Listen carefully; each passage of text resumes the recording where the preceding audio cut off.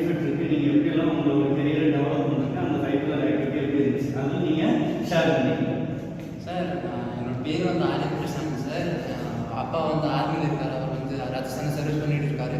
அந்த சர்வீஸ் பார்த்து ஆர்மி வந்து ரொம்ப பிடிச்சிருச்சு சார். அதனால தான் இங்கே வந்து என்சிசி பார்த்து அந்த டிசிப்ளின் அந்த காக்கி பார்த்து எனக்கு ரொம்ப பிடிச்சிருச்சு சார். அதனால தான் பண்ண ஒரு முக்கியமான ரீசன் எனக்கு என்சிசி ஜாயின் பண்ணுறது. அந்த இங்கே 5 பில்லர்ஸ் எஸ்ஆர்ஐ பற்றி சொன்னாங்க, இது சோஷியல் ரெஸ்பான்சிபிலிட்டி இனிஷியேட்டிவ் சார். அதுவும் என்சிசி வந்து ரொம்ப மேட்ச் ஆகுது. அதனால ரொம்ப ஹெல்ப்ஃபுல்லாக இருந்துச்சு. அதுக்கப்புறம் ஃபஸ்ட்டு வந்து டைம் மேனேஜ்மெண்ட் இல்லை, அதுக்கப்புறம் பஞ்சாயத்து ரொம்ப இன்க்ளூட் பண்ணாங்க. டெய்லி டிசிப்ளின் எல்லாம் ஒரு ஆக்டிவிட்டி மற்றவங்க காமன் சிவிலியன்ஸுக்கும் என்சிசி பசங்களுக்கு ரொம்ப டிஃப்ரென்ஸ் வந்துருச்சு சார். ஃபஸ்ட்டில் எப்படி இருந்துச்சு அது மாதிரி இப்போ கிடையாது சார். இப்போ நிறைய ஹேர் கட்டு பார்த்து டீச்சர்ஸை பார்த்து விஷ் பண்ணுறது அதெல்லாம் ரொம்ப நிறைய சேஞ்சஸ் இருக்குது சார். சரி, நிறைய சேஞ்சஸ் நீங்கள் பண்ணுறது. சரி, நீங்கள் என்சிசியில் ஸ்கூலில் இருந்துருப்பீங்க, அதுலேருந்து காலேஜ் பண்ணும்போது இங்கே இருக்கிற ஸ்கூலில் இருக்க ஏதாவது டிஃப்ரென்ஸ் இருக்கா? நீங்கள் என்ன லேர்ன் பண்ணிக்கிட்டீங்க? இந்த என்சிசியில் உங்களுக்கு என்ன கிடைச்சது? யாராவது சார்? ஹாய் சார், ஸ்கூல்லேருந்தே நான் என்சிசியில் இருந்திருக்கேன் சார். இப்போது காலேஜ் வந்ததுக்கப்புறம் ஸ்கூலில் இருந்ததை விட காலேஜ் என்சிசி வந்து கொஞ்சம் டிஃப்ரெண்ட்டாக இருக்குது. நார்மல் ஸ்டூடெண்ட்ஸை விட என்சிசி ஸ்டூடெண்ட்ஸ் வந்து கொஞ்சம் டிசிப்ளினாக எல்லா ஸ்டாஃப்ஸ்கிட்டையும் கொஞ்சம் மரியாதையாக இருக்க மாதிரி இருக்குது. அப்புறம் இங்கே வந்து 10 days கேம்ப் வந்து நான் அட்டன் பண்ணியிருக்கேன் சார், பிஎஸ்டி காலேஜில். 10 daysமே கொஞ்சம் நம்ம புதுசாக வந்து பார்க்குற ஒரு ஃபீலிங் இருக்குது. 10 daysமே அங்கேயே ரூம் ஸ்டே எல்லாமே கொடுத்துருவாங்க சார். அப்புறம் ஏர்லி மார்னிங் சீக்கிரம் எழுந்திரிச்சு நம்ம பரேடு இந்த மாதிரி தியரி கிளாஸ் எல்லாமே நடக்கும் சார். அதுக்கு பி சர்டிஃபிகேட் எக்ஸாம் ஒன்று இருக்குது சார், அது அட்டன் பண்ணணும். 3rd இயரில் சி சர்டிஃபிகேட் எக்ஸாம் இருக்குது, அது அட்டன் பண்ணோன்னா கொஞ்சம் இருக்கும் சார். ஸோ இந்த 10 daysல பார்த்தீங்கன்னா உங்கள் வீடு, காலேஜ், ஃப்ரெண்ட்ஸ் எல்லாரையும் தெரிஞ்சிருந்தீங்க. அப்போ அந்த கேம்ப்லேருந்து நீங்கள் என்ன கற்றுக்கிட்டீங்க? சோசியல் ரெஸ்பான்சிபிலிட்டினா எப்படி கற்றுக்கிட்டீங்க? ஏதாவது உங்களுக்கு தலைமை கொண்டு வர மாதிரி ஏதாவது யோசனை, ஏதாவது ஆக்டிவிட்டி எல்லாம் இருந்துச்சா? இருந்துச்சு சார், ஆக்டிவிட்டிஸ் நிறைய இருந்துச்சு. நம்ம லீடர்ஷிப் பண்ணுற மாதிரி ஒரு வாய்ப்பு இருந்துச்சு. ஃப்ரெண்ட்ஸ் எல்லாம் நிறைய இடத்துல நிறைய பேர் வந்திருந்தாங்களா?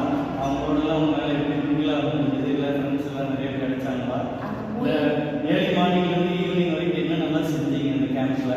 ஏர்லி மார்னிங் எழுந்தோடனே ஜாக்கிங் இந்த மாதிரி ப்ளே பண்ணுற மாதிரி கூப்பிட்டு போயிடுவாங்க சார். 11 to 12 வந்துட்டு நமக்கு பரேடு எடுப்பாங்க. 12 to 1 வந்துட்டு தியரி கிளாஸ் நடக்கும். அதுக்கப்புறம் மதியானம் ஃபுல்லாக லஞ்ச் முடிச்சதுக்கப்புறம் கொஞ்சம் ரெஸ்ட்டு. அதுக்கப்புறம் 6 to 7 வந்துட்டு திருப்பி பிளேயிங், திருப்பியும் ரூம் போக சொல்லிடுவாங்க சார். அடுத்து சரி, ரூம் போனதுக்கப்புறம் நீங்கள் உங்களுக்கு எந்த ஆக்டிவிட்டியுமே இல்லை, நீங்கள் புதுசாக நிறைய பேர் வந்து கலந்துருப்பாங்க. அப்படி இருக்கிறப்ப அவங்களோட சேர்ந்து நீங்கள் ஏதாவது பண்ணீங்களாங்க?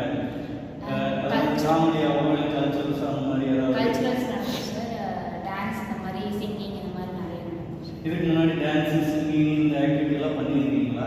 டான்ஸ் இருக்குது சார், சிங்கிங் இந்த மாதிரிலாம் இல்லை, அங்கே போய் புதுசாக கற்றுக்கிட்டீங்க. ஓகே, அப்போ இந்த என்சிசி கேம்ப் ரொம்ப யூஸ்ஃபுல்லாக இருந்துச்சு. நம்ம காலேஜில் இருக்கிற மாதிரி இந்த 5 பில்லர் ஆக்டிவிட்டியில் உங்களுக்கு ஒரு ரெஸ்பான்சிபிலிட்டி கொடுத்து தான் நீங்கள் சொல்கிறீங்க. ஃப்யூச்சரில் நீங்கள் எந்த மாதிரி இருக்கணும்னு ஆசைப்படுறீங்க? ஒரு ரெஸ்பான்சிபிலிட்டி பர்சனல் 5 minutes தாண்டிச்சா?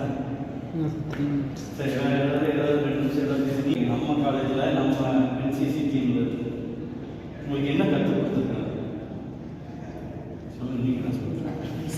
சரி, பரேடெல்லாம் சொன்னீங்களா? ட்ரில்ஸ்லாம் இருக்குல்ல? பரேடுனா நீங்கள் எத்தனை மணிலேருந்து எத்தனை மணி வரைக்கும், எப்போ, எப்படி? மார்னிங் வருவோம் சார். மார்னிங் வந்தோன்னா எங்களுக்கு வார்ம் அப் தருவாங்க. வார்ம் அப் தந்ததுக்கப்புறமா பரேடு எங்களுக்கு எப்படி ஸ்ட்ரெச்சஸ் முதல் கொண்டு எல்லாமே சீனியர்ஸ் கொடுத்துருவாங்க. அப்புறமா ரெஃப்ரெஷ்மெண்ட் எல்லாமே இருக்குது சார். அது வந்துட்டு அது போக டிசிப்ளினும் நிறையா சொல்லி கொடுப்பாங்க. ஹேர் கட் பண்ணுறது, நெயில் கட்ஸ் எல்லாமே, எலெக்ஷன் எல்லாமே கரெக்டாக சொல்லி தருவாங்க. இதுக்கு முன்னாடி அதெல்லாம் பண்ணிட்டு இருக்கீங்களா? அப்புறம் யாருமே பர்ஃபெக்டாக இல்லை சார். நாங்கள் இங்கே வந்தது எப்படின்னா எனக்கு என்ன என்சிசி பற்றி எதுவுமே தெரியாது. எதுவுமே தெரியாமல் உள்ளார வந்தோம். இங்கே வந்தோடனே என்சிசி ஒரு சப்போர்ட்டாக இருக்குது சார். எல்லாத்துக்கும் மரியாதை தர மாதிரி இருக்குது சார். இது எங்கள் ஃப்யூச்சர் வந்துட்டு நல்ல ஒரு ஹெல்ப்பாக பில்லராக இருக்கும் சார். சரி, மற்ற ஸ்டூடெண்ட்டுக்கும் உங்களுக்கு ஏதாவது டிஃப்ரெண்ட் இருக்குது நீங்களே இப்படி உணர்றீங்களா? ஆமாம் சார். இந்த கேம்பஸில் சின்ன டிஃப்ரென்ஸ் தான் சார். சின்ன டிஃப்ரென்ஸ்னாலுமே மேக்ஸிமம் டிஃப்ரென்ஸாக தான் இருக்கும். டக்கிங் பண்ணுறது முதல் கொண்டு நாங்கள் பர்ஃபெக்டாக இருப்போம். மற்றவங்க இருக்க மாட்டாங்க. நாங்கள் ஷூ பாலிஷ் முதல் கொண்டு ப்ராப்பராக இருக்கும். Hair cut, nail cut, shaving எல்லாமே ப்ராப்பராக இருக்கும் சார்.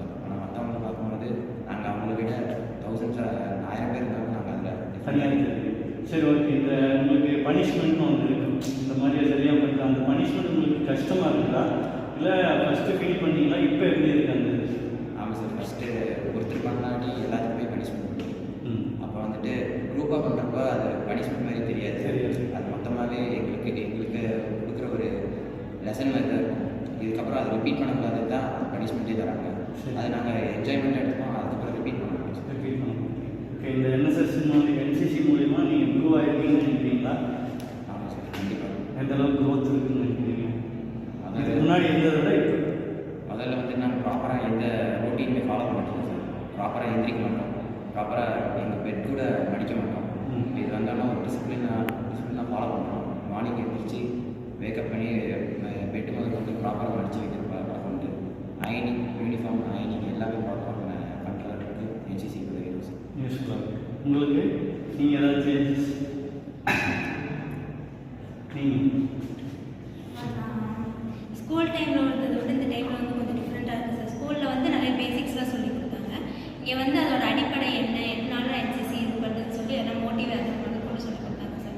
அப்போ நான் 10 days கேம்ப் அட்டன் பண்ணியிருக்கேன் சார். அங்கே போனதுக்கப்புறம் புது புது முகங்கள், புது புது பர்சனாலிட்டிஸ், வேறு பர்சன்ஸ்லாம் வருவாங்க. ஸோ அவங்ககிட்ட எப்படி அடாப்டபிளாக நடந்துக்கிறது, அவங்ககிட்ட எந்த மாதிரி இருந்துக்கிட்டு அவங்ககிட்ட எந்தெந்த புது விஷயம் கற்றுக்கிறது. அவங்க வந்து வேறு சீரியஸ்லாம் கூட வந்திருந்தாங்க சார். அவங்ககிட்ட இருந்து புது விஷயம்லாம் நிறைய கற்றுக்கிட்டோம். அப்புறம் அங்கே போய் டிசிப்ளின், அங்கே வந்து பஞ்சுவாலிட்டி ரொம்ப முக்கியம் சார். இந்த டைமில் அந்த டைமுக்கு அங்கே இருக்கணும். ஸோ அங்கே போய் பஞ்சுவாலிட்டி ரொம்ப கற்றுக்கிட்டோம். ஸோ டைம் மேனேஜ்மெண்ட் கரெக்டாக இருக்கணும், எந்த மிஸ்டேக்ஸும் பண்ணக்கூடாது. பண்ணால் அது வந்து பனிஷ்மெண்ட். அது பனிஷ்மெண்ட்டுன்னு சொல்ல மாட்டாங்க சார், நிறைய ஃபிசிக்கல் எக்ஸசைஸ் மாதிரி தான் சொல்லுவாங்க. ஒவ்வொரு பனிஷ்மெண்ட்டுக்கு பின்னாடியும் ஒவ்வொரு இது இருக்குது சார். ஸோ அங்கே போய் நான் நிறைய இது கற்றுக்கிட்டேன். சரி, உங்களோட லைஃப் இன்னும் சக்ஸஸ்ஃபுல்லாக இருக்கு. இந்த என்சிசி ரொம்ப யூஸ்ஃபுல்லாக இருக்குன்னு நினைக்கிறேன். தேங்க்யூ.